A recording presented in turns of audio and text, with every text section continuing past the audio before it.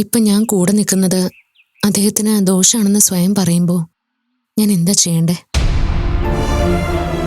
ദയവ് ചെയ്ത് അദ്ദേഹത്തിൽ നിന്ന് അകന്നു നിൽക്കണമെന്ന് എന്നോട് അപേക്ഷിക്കുമ്പോൾ ഞാൻ ആ അപേക്ഷ തള്ളിക്കളയാൻ പാടുണ്ടോ?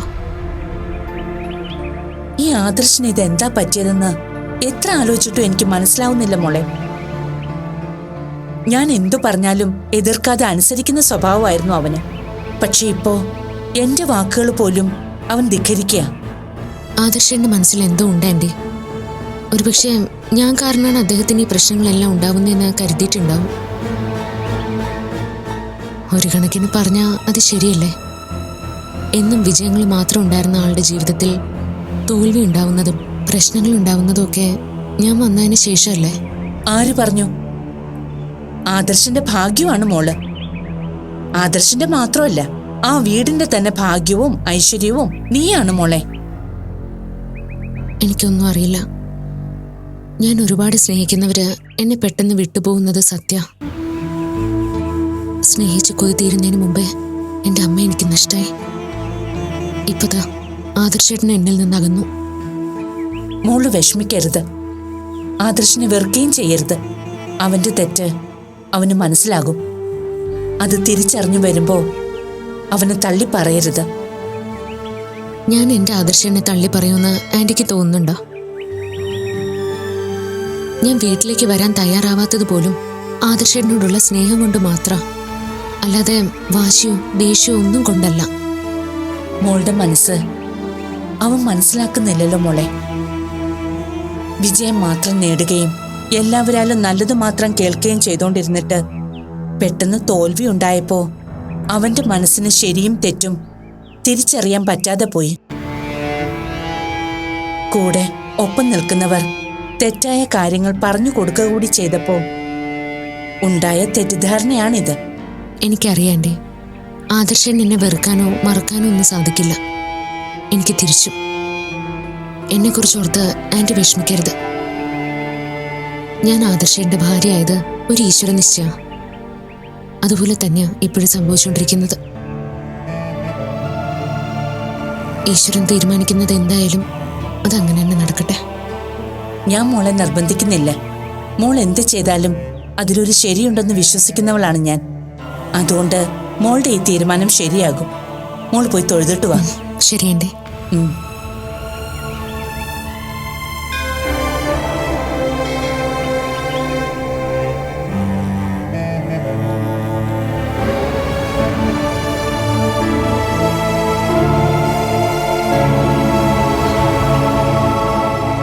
സൂരജിനെ രക്ഷിക്കാൻ നമ്മൾ എന്ത് ചെയ്യുവച്ചാ? ആരോടും പറയാതെ ഇങ്ങനെ മുമ്പോട്ട് പോയാ എന്റെ മോന്റെ ജീവിതം തന്നെ അപകടത്തിലാവില്ലേ? ആരോടെങ്കിലും പറയാൻ പറ്റുന്ന കാര്യമാണോ ബീന ഇത്? സംഭവിച്ചതൊക്കെ ഹരിയോ മീരയോ അല്ലെങ്കിൽ അവിടെ ആരെങ്കിലും അറിഞ്ഞാ പിന്നെ ബീനയുടെ ജീവിതത്തെ തന്നെയല്ലേ അത് ബാധിക്കുക? ആ പേടികൊണ്ടാ ഞാൻ എല്ലാം മറച്ചു വെച്ചിരിക്കുന്നത്. അത് ശരിയാ. ഹരിയേട്ടൻ സത്യമെല്ലാം അറിഞ്ഞാ എന്നോട് ക്ഷമിക്കുമെന്ന് തോന്നുന്നില്ല. പക്ഷേ അതോർത്ത് എനിക്ക് എന്റെ മോനെ മറക്കാൻ പറ്റുമോ? അവരാവശ്യപ്പെട്ടിരിക്കുന്നത് ഒരു ചെറിയ തുകയല്ല.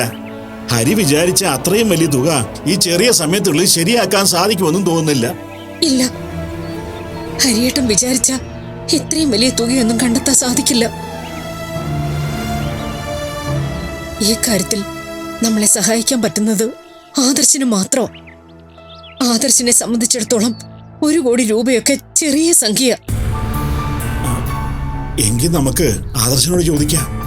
ഇപ്പോഴത്തെ സാഹചര്യത്തിൽ ആദർശ് നമ്മളെ സഹായിക്കുമെന്ന് എനിക്ക് ഒരു ഉറപ്പുമില്ല. മീരയും ആദർശം തമ്മിൽ വലിയ വഴക്കില്ല. ഒരു തരത്തിൽ പറഞ്ഞ ആദർശ് മീരയെ ഉപേക്ഷിച്ച മട്ട. അങ്ങനെയുള്ളപ്പോ നമുക്ക് വേണ്ടി ഇത്രയും വലിയൊരു തുക തരാൻ സാധ്യത കുറവാ. വെറുതെ തരണ്ട, ഒരു കടമായിട്ട് ചോദിച്ചാ മതി. ഇനിയുള്ള എന്റെ ജീവിതം മുഴുവൻ ഒരടിമയെ പോലെ ആദർശിന് വേണ്ടി ജോലി ചെയ്യാം. അല്ലെങ്കിൽ ഏതെങ്കിലും മാർഗത്തിൽ പണം ഉണ്ടാക്കി തിരിച്ചു കൊടുക്കാം. എന്താ വേണ്ടതെന്ന് എനിക്കറിയില്ല. ഒരു തരത്തിൽ പറഞ്ഞാൽ ആദർശ് നമ്മളെ സഹായിക്കാൻ ബാധ്യസ്ഥനാ. എങ്ങനെ? ആദർശിന് വേണ്ടി ജോലി ചെയ്യാനാ എന്റെ മോൻ വീട്ടിൽ നിന്ന് പോയത്. അപ്പൊ അവനെ സുരക്ഷിതമായി എത്തിക്കാനുള്ള ഉത്തരവാദിത്തം ആദർശിനല്ലേ? നീ എന്ത് മണ്ടത്തരാബീനായി പറയുന്നത്? നമ്മുടെ കുഞ്ഞിനെ പിടിച്ചു വെച്ചിരിക്കുന്നത് എന്തിനാണെന്ന് നിനക്കറിയാവല്ലോ. ആദർശനോട് സഹായം ചോദിക്കുമ്പോൾ ആ കാര്യം പറയേണ്ടി വരും. അപ്പൊ പിന്നെ അത് എങ്ങനെ ആദർശന്റെ ഉത്തരവാദിത്വമാവും? പിന്നെ എന്താ ഒരു വഴി? ആലോചിച്ചിട്ട് എനിക്ക് ശരീരം തളരുക. എങ്ങനെയോ എനിക്ക് എന്റെ മോനെ തിരിച്ചു വേണം. അവന് വേണ്ടിയാ ഞാൻ ജീവിക്കുന്നത്. എല്ലാം ചെയ്തതും എല്ലാത്തിനും കൂട്ടുനിന്നതും അവന് വേണ്ടി മാത്രമാ. എന്നേക്കുമായി നഷ്ടപ്പെട്ടു എന്ന അവസ്ഥയിൽ നിന്ന് നമ്മുടെയൊക്കെ സങ്കടം കണ്ടിട്ടാ ഭഗവാൻ ഇപ്പൊ ഇങ്ങനെ ഒരു അവസരം തന്നത്. അത് നമ്മൾ ഉപയോഗിച്ചില്ലെങ്കിൽ. നിന്റെ വിഷമം എനിക്ക് മനസ്സിലാകുന്നുണ്ട് മോളെ.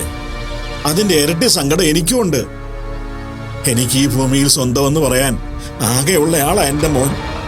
എന്തൊരു പരീക്ഷണോ ഭഗവാനെ ഇത്. ഇതെല്ലാം നമ്മൾ ആ വിഗ്രഹം മോഷ്ടിക്കാൻ നോക്കിയതിന് ഈശ്വരൻ തരുന്ന ശിക്ഷയാ. ഇനി അതോർത്ത് വിഷമിച്ചിട്ടോ കരഞ്ഞിട്ടോ കാര്യമില്ല മോളെ. എങ്ങനെയെങ്കിലും ഈ അപകടത്തിൽ നിന്ന് രക്ഷപ്പെടുക എന്ന വഴിയേ നമുക്ക് മുന്നിലുള്ളൂ. ഞാൻ ആലോചിച്ചിട്ട് ഒരു മാർഗമേ തോന്നുള്ളൂ. എന്താച്ചാ? നമുക്ക് മനോജിനോട് സഹായം ചോദിച്ചാലോ? മനോജ് വിചാരിച്ചാൽ നമ്മളെ സഹായിക്കാൻ പറ്റില്ലേ? സൂരജ് തിരിച്ചു വരണമെന്നത് നമ്മളെപ്പോലെ തന്നെ അവരുടെ ആവശ്യമാണ്. വിദ്യയ്ക്ക് വേണ്ടി മനോജ് നമ്മളെ സഹായിക്കുമെന്നാണ് എനിക്ക് തോന്നുന്നത്. ഇല്ലച്ചാ, വിദ്യയ്ക്ക് വേണ്ടി ഇങ്ങനൊരു റിസ്ക് മനോജ് എടുക്കുമെന്നൊന്നും എനിക്ക് തോന്നുന്നില്ല. അഥവാ മനോജിന് മനസ്സുണ്ടെങ്കിൽ തന്നെ അതിന് കൂട്ടു നിൽക്കുകയില്ല. അവരെ സംബന്ധിച്ചിടത്തോളം വിദ്യയുടെ ലൈഫില് സൂരജ് തന്നെ ഉണ്ടാവണമെന്നൊന്നും ഇല്ലല്ലോ. അല്ല ബീനെ, വിദ്യമോൾ ഒരിക്കലും സൂരജിനെ മറക്കില്ല. അവരുടെ രണ്ടുപേരുടെയും സ്നേഹം നേരിൽ കണ്ടറിഞ്ഞവനല്ലേ ഞാൻ. അതൊക്കെ ശരിയായിരിക്കും. പക്ഷെ പണത്തിന്റെ കാര്യത്തില് വിദ്യയ്ക്കൊന്നും ചെയ്യാൻ പറ്റില്ലല്ലോ. ഒന്നാമതേ അവർക്ക് ആർക്കും സൂരജും വിദ്യയും തമ്മിലുള്ള കല്യാണത്തിലെ താല്പര്യമില്ല. ഇനി അവരുടെ കുടുംബക്ഷേത്രത്തിലെ വിഗ്രഹം സൂരജ് മോഷ്ടിച്ച് വിൽക്കാൻ ശ്രമിച്ചുവെന്നറിഞ്ഞ എന്താവൂ അവസ്ഥ? അതൊക്കെ ശരിയാണ്. പക്ഷേ നമുക്കിപ്പോ വേണ്ടത് അവന്റെ ജീവൻ രക്ഷിക്കുക എന്നുള്ളതല്ലേ. ഞാൻ ഓർത്തിട്ട് അല്പമെങ്കിലും കരുണ നമ്മളോട് കാണിക്കാൻ സാധ്യത മീരമോള. എങ്കിൽ നമുക്ക് മീരമോളോട് സംസാരിക്കാം.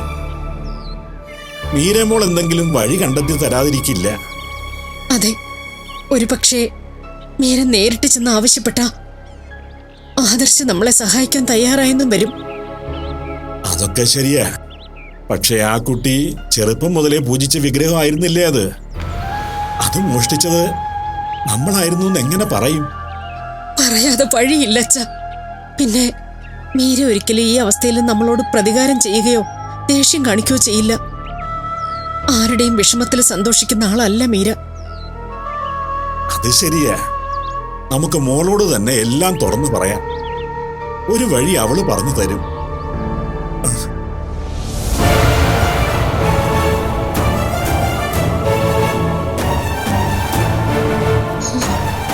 മുത്തശ്ശനും ബീനമ്മയും പറയുന്നത് എനിക്ക് വിശ്വസിക്കാൻ പറ്റുന്നില്ല. ഞാൻ പറഞ്ഞിരുന്നില്ലേ മോളെ, ഞാൻ ഈ അനുഭവിക്കുന്നതെല്ലാം ഞാൻ ചെയ്ത തെറ്റുകൾക്കുള്ള ശിക്ഷയാണെന്ന്. അവനവൻ ചെയ്യുന്ന എല്ലാ കർമ്മങ്ങളുടെയും ഫലം എത്രയൊക്കെ ഒളിച്ചും മറച്ചും വെച്ചാലും നമ്മളെ തേടി വരിക തന്നെ ചെയ്യും. ആ വിഗ്രഹത്തെക്കുറിച്ച് ബീനാമ്മയ്ക്ക് നന്നായിട്ട് അറിയാവുന്നതായിരുന്നില്ലേ? എന്നിട്ടും അത് എടുത്തു കൊടുക്കാൻ എങ്ങനെ മനസ്സ് വന്നു? ആർക്കും ഒരിക്കലും ക്ഷമിക്കാൻ പറ്റാത്ത തെറ്റാ ഞങ്ങൾ ചെയ്തത്.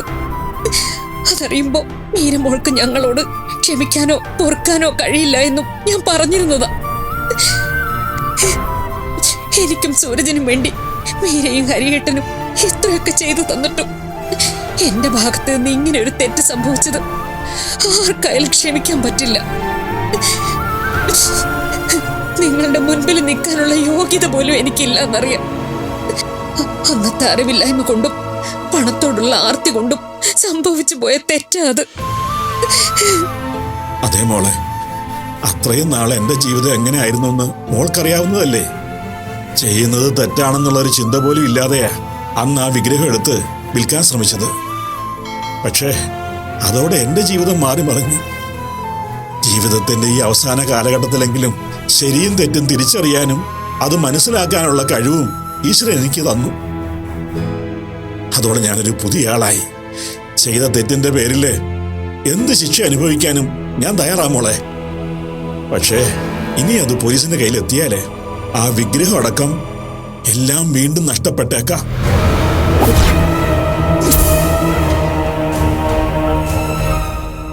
അതുകൊണ്ട് അങ്ങനൊന്നും സംഭവിക്കാതെ വേണം ഈ പ്രശ്നം നമുക്ക് പരിഹരിക്കാൻ. അതേ മോളെ, അച്ഛൻ പറഞ്ഞതുപോലെ ഇതൊക്കെ ഭഗവാന്റെ തീരുമാനം തന്നെ ആവണം. ആ വിഗ്രഹത്തിൽ തൊട്ടതോടെ അച്ഛനും മാത്രമല്ല, എനിക്കും സൂരജിനും എല്ലാവർക്കും മാറ്റങ്ങൾ ഉണ്ടായി. പക്ഷെ എല്ലാം മനസ്സിലാവാൻ കുറച്ച് കാലതാമസം വേണ്ടി വന്നുവെങ്കിലും ഓരോ കാര്യങ്ങളും സംഭവിച്ചതിന്റെ പിന്നിൽ ഭഗവാന്റെ ഇടപെടൽ ഉണ്ടായിരുന്നു. അത് ഇപ്പൊ എനിക്ക് ഉറപ്പാ. ഭഗവാൻ തീരുമാനിക്കാതെയും അറിയാതെയും ഇവിടെ ഒന്നും സംഭവിക്കില്ല ബീനാമ്മ. അതെ, അത് ശരിയാ. ഞങ്ങളിൽ എല്ലാവർക്കും മാറ്റങ്ങൾ വന്നതിന് ശേഷം അന്ന് ചെയ്ത തെറ്റിന്റെ ആഴം എത്രത്തോളം വലുതാണെന്ന് ബോധ്യപ്പെടുത്താനാവും ഇന്നിങ്ങനെ ഒരു പരീക്ഷണം ഭഗവാൻ തരുന്നത്. പലപ്പോഴും ഇതെല്ലാം നിന്നോട് ഏറ്റു പറയണമെന്ന് ഞാൻ കരുതിയതാ. പക്ഷെ അപ്പോഴൊന്നും അതിനുള്ള ധൈര്യം എനിക്കുണ്ടായിരുന്നില്ല. ഇന്ന് പക്ഷെ പിടിച്ചു നിൽക്കാൻ മറ്റൊരു വഴിയുമില്ല. ചെയ്തു പോയ തെറ്റിനെല്ലാം ഞാൻ ആത്മാർത്ഥമായി മോളോട് മാപ്പ് ചോദിക്കുക. മീര, വലിയ മനസ്സ് കാട്ടി ഞങ്ങളോട് ക്ഷമിക്കണം. അതെ മോളെ, മീരമോള് ജീവന തുല്യം സ്നേഹിച്ച ആ വിഗ്രഹം ഞങ്ങൾ എടുത്തത് വലിയ തെറ്റാ. അതിന് മാപ്പ് പറയാതെ ഇത്രയും നാളെ ഞങ്ങൾ മറച്ചു വെച്ചു. പക്ഷേ ഭഗവാൻ ഞങ്ങളെ മീരമോളുടെ മുന്നിൽ കൊണ്ട് നിർത്തിയിരിക്കുക.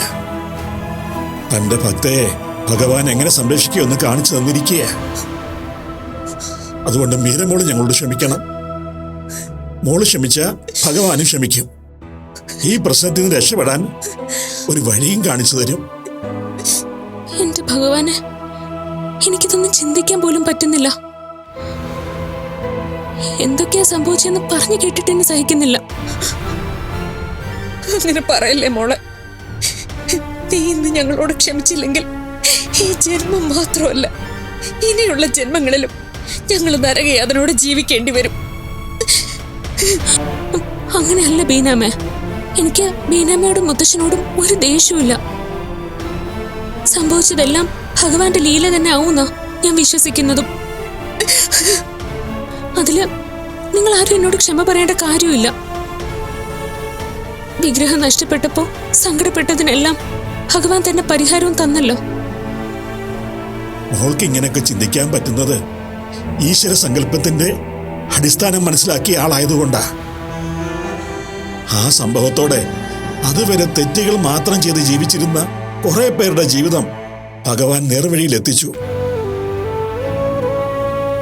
ഭഗവാന്റെ കയ്യിലെ സുദർശനമേറ്റ് ശാപമോക്ഷം കിട്ടിയ പുതിയ ജന്മങ്ങളാ ഞങ്ങളൊക്കെ. തെറ്റിന്റെയും അറിവില്ലായ്മയുടെയും ഇരുട്ടിൽ നിന്നും വെളിച്ചത്തിലേക്ക് നല്ല ദർശനം തന്ന് പുതിയൊരു ജീവിതം ഭഗവാൻ കാണിച്ചു തന്നു. എങ്കിലും മുൻപ് ചെയ്ത കർമ്മങ്ങൾ അവസാനിക്കാൻ ഇനിയും പല അനുഭവങ്ങളും വേദനകളും ഏറ്റുവാങ്ങാനുണ്ടാവും. അതിന് തയ്യാറായിട്ടാണ് ഞാൻ നിൽക്കുന്നത്. പക്ഷേ സൂരജിനെയും ബീനയും ജീവിക്കാൻ അനുവദിച്ച് ശിക്ഷകളെല്ലാം എനിക്ക് മാത്രമായി തരാൻ ഭഗവാനോട് പറയണം. സൂരജിനെ നമുക്കെങ്ങനെങ്കിലും രക്ഷിക്കണം മോളെ. അതിനൊരു വഴിയും കണ്ടുപിടിച്ചേ പറ്റൂ. ഇപ്പോഴത്തെ അവസ്ഥയിൽ സൂരജിനെ രക്ഷിക്കാൻ നമുക്ക് എന്ത് ചെയ്യാൻ പറ്റുമെന്ന് എനിക്കറിയില്ല. ഒരു വഴിയും മനസ്സിൽ തോന്നുന്നുമില്ല. സന്തോഷം വന്നാലും സങ്കടം വന്നാലും ഭഗവാന്റെ പാദങ്ങളിൽ സമർപ്പിച്ച് പ്രാർത്ഥിക്കുക മാത്രമേ ഞാൻ ചെയ്യാറുള്ളൂ. എല്ലാത്തിനും വഴി കാണിച്ചു തരുന്നതും അതിലൂടെ കൈപിടിച്ച് നടത്തുന്നതും ഭഗവാൻ തന്നെയാ. ഇതിനും ഭഗവാൻ തന്നെ ഒരു വഴി കാണിച്ചു തരൂന്നാ ഞാൻ വിശ്വസിക്കുന്നത്. ഭഗവാനെ കാത്തോണേ.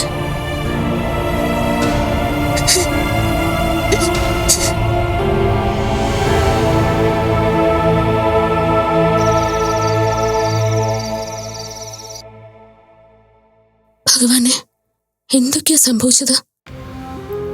ഒരിക്കൽ തറവാട്ടിലെ ക്ഷേത്രത്തിൽ നിന്ന് നഷ്ടപ്പെട്ട വിഗ്രഹം വീണ്ടും അവിടെ തിരിച്ചെത്തിയത് വലിയ അത്ഭുതമാണല്ലോ. ഭഗവാന്റെ വിഗ്രഹം ഏതൊക്കെ വഴിയിൽ യാത്ര ചെയ്തു? എല്ലാം നിന്റെ ലീല തന്നെയാ കൃഷ്ണ. ഭഗവാനെ, രക്ഷിക്കണേ. അങ്ങയുടെ ശക്തി വിശേഷമുള്ള ആ വിഗ്രഹത്തെ പൂജിക്കാനുള്ള ഭാഗ്യം എനിക്ക് തന്നല്ലോ. അതിൽ തൊട്ടവരുടെ മനസ്സെല്ലാം നിർമ്മലമാക്കി ഭഗവാൻ അനുഗ്രഹിച്ചല്ലോ. ഇതിൽ പരൊരു പുണ്യം എന്താ വേണ്ടത്? എന്നും പാദങ്ങളിൽ നമസ്കരിച്ച് ഈ ജന്മത്തിന് മോക്ഷമേകാൻ കനിവുണ്ടാവണേ ഭഗവാനെ.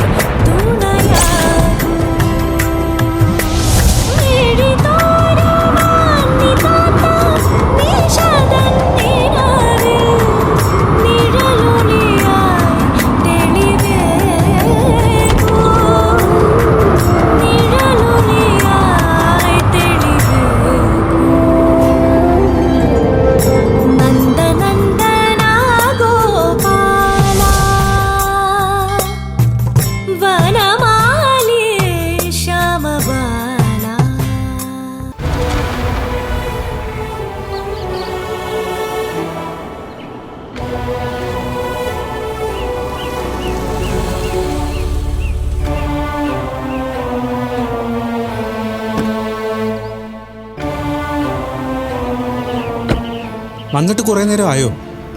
അത് സാരമില്ല, അത്യാവശ്യമായിട്ട് ചില കാര്യങ്ങൾ അറിയിക്കാനുണ്ടായിരുന്നു. അതാ ഞാൻ കാണാൻ പറ്റുമോന്ന് ചോദിച്ചത്. സൈറ്റിൽ കുറച്ച് തിരക്കുകൾ പെട്ടുപോയി, അതാ പെട്ടെന്ന് ഇറങ്ങാൻ പറ്റാത്തത്. എന്താ കാര്യം?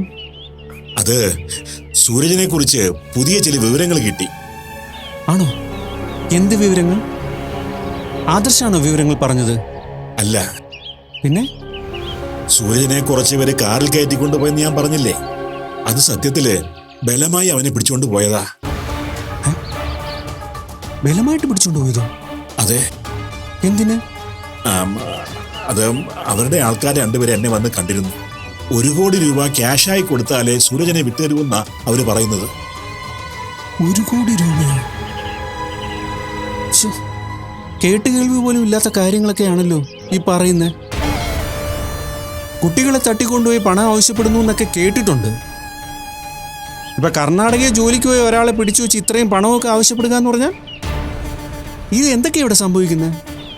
എത്രയും പെട്ടെന്ന് അവർക്ക് പണം കൊടുക്കണമെന്നും ഇല്ലെങ്കിൽ സൂരജിനെ ജീവനോടെ തരില്ലെന്നും അവർ പറയുന്നത്. അല്ല, അവര് സൂരജിനെ ടാർഗറ്റ് ചെയ്യാൻ എന്തെങ്കിലും കാരണം ഉണ്ടാവുമല്ലോ, അതെന്താണെന്ന് പറഞ്ഞു? ആ, ആ, ആ, അതൊന്നും എനിക്കറിയില്ല. സൂരജിനെ അറിയാവുന്ന ആളുകളാണോ? അല്ലാന്നാ തോന്നുന്നത്. അവരെ ഒന്നും ഞാൻ ഇതിനു മുമ്പ് കണ്ടിട്ടേ ഇല്ല. വന്നവർ മലയാളികളാണോ അതോ കർണാടകക്കാരാണോ? വന്നവര് മലയാളികൾ തന്നെയാ. അവരുടെ രീതികളും പെരുമാറ്റവും ഒക്കെ കണ്ടിട്ട് അത്ര പന്തിയല്ല. ഒട്ടും മനസാക്ഷിയില്ലാതെ പെരുമാറുന്നവരാണെന്ന് തോന്നുന്നു. എത്രയും പെട്ടെന്ന് നമ്മൾ പണം കൊടുത്തില്ലെങ്കിൽ സൂരജിനെ രക്ഷിക്കാൻ നമുക്ക് സാധിക്കാതെ വരും.